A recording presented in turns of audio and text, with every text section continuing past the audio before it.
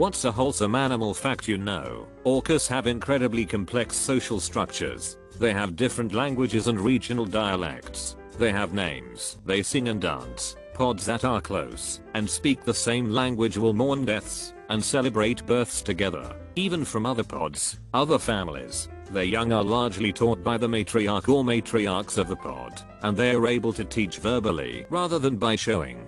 This means they have culture, traditions, not just instinct or patterns. One of the only animals in the world that has that. There was an orca in the PNW who lost her baby and carried its body for weeks and weeks. It was a big news story. What I thought was really amazing was that when that orca had another baby who was alive and healthy, orca pods traveled from all around to meet the new baby. It was like they knew how special it was and decided to have a celebration. When I heard the story on the radio, scientists were saying they weren't even sure how so many orcas knew to come when they did, because they came from so far off. Pretty amazing stuff. When they hear running water, beavers will automatically start to build a dam. We know this because people put a speaker playing sounds of running water next to beavers, and the first thing they did was start building a dam on the speaker. Vampire bats will share food with other vampire bats who haven't fed in the last day or two. Their metabolism means they die if they don't eat roughly every 3 days. This helps support members of the colony. Even though it puts the sharer at risk, it is considered one of the few forms of altruism observed in non-human animals. Mama cats can sense when their kittens are having nightmares, so they tightly pull them into a hug and lick their faces to aid them. I saw a video not too long ago of some research ravens given small toys to play with. When the researchers came to collect the toys, the ravens hid the toys and tried to trick the researchers into looking in fake hiding spots so they wouldn't find and take the toys away. There are reports of elephants finding humans sleeping under trees and the elephants think they are dead. People have woken up with elephants gently stroking them with their trunk, and in some cases they try to cover them with branches and sticks as a burial. Elephants are one of the few animals who mourn their dead and have rituals.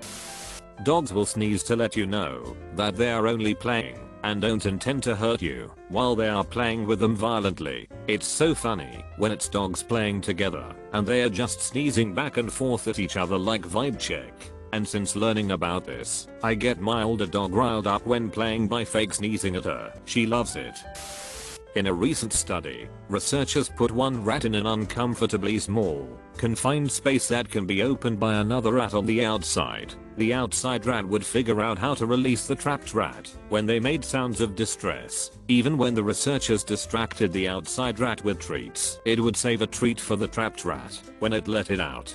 Basically proving that rats have empathy, which I already knew. I love rats. They make amazing pets, clean and smart. It's just a damn shame that they only live about 3 to 4 years on average. Plenty of time to break your heart, but definitely not long enough. Wild wolf packs and murders of crows form bonds over time.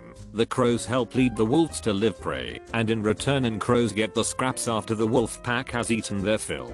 Crows have been seen playing with wolf pups and bringing them sticks and feathers as gifts. These same crows and wolf pups reunite as adults and do the deal time and time again. Sometimes the birds and carnivores just hang out together, supposedly just to enjoy each other's time. Like Hood Nature, Casual Geographic once said, "There's a Disney movie in here, I just know it." English Mastiffs sailed on the Mayflower. Most people wouldn't consider dogs that can weigh nearly 200 pounds an essential, but most people weren't. John Goodman, the 25-year-old pilgrim, brought his English Mastiffs on the Mayflower with him, and they sailed to the New World. Though the master didn't last long, the community adopted his dogs and cared for them. There's an aquarium in Japan that has eels who are antisocial, but because of the constant exposure to people, they've learned to be comfortable with humans. But due to the pandemic, eels went back to being isolated creatures until the aquarium decided to FaceTime the eels. Yes, FaceTiming eels. They eventually went back to be comfortable to humans. Humans aren't the only species to be found to keep other animals as pets/livestock in a way that resembles us much more than you might think. Some spiders have pet frogs. Some types of ants will raise aphids like livestock. In captivity the list expands, like how many cheetahs in captivity have emotional support service dogs to help them with anxiety and other issues, especially in breeding programs, where a happy cheetah is much more likely to be able to carry to term. Even species that don't exhibit the behavior yet show that they could, if presented with the right option of pets. See elephants getting excited about cute things and being very gentle with anything they know is smaller/weaker than them.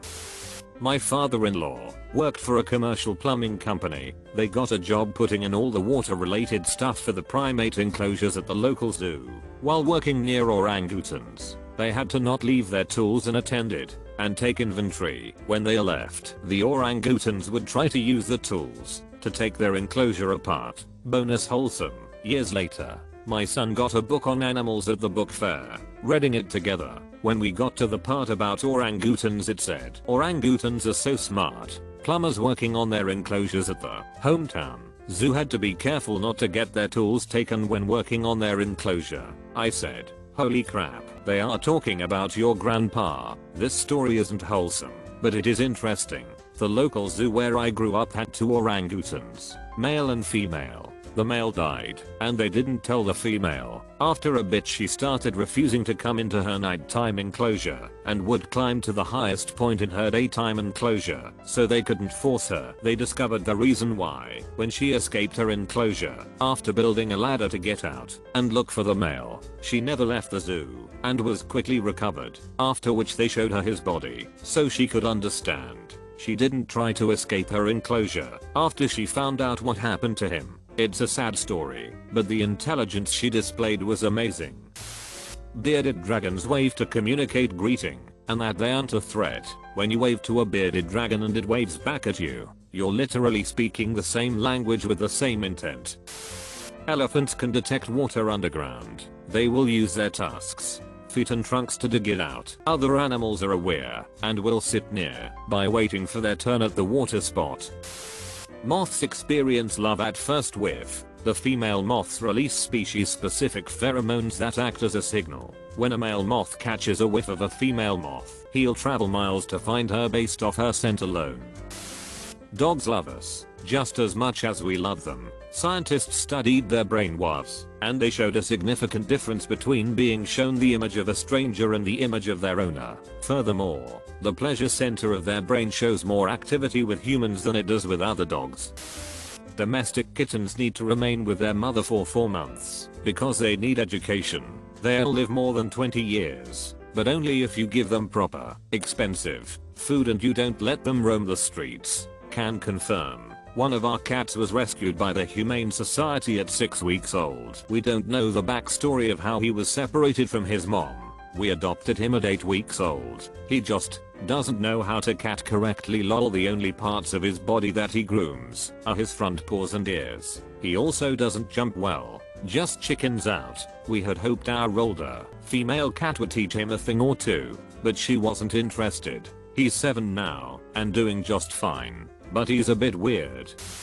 On the 8th of April, 1942, a detachment of Polish soldiers, deployed to Iran by the Allies, bought a bear cub from an Iranian boy. In August the bear was given to the 22nd Artillery Supply Company and named Wojtek by the soldiers. They fed him condensed milk, honey, fruit, and beer, which ended up being his favorite drink.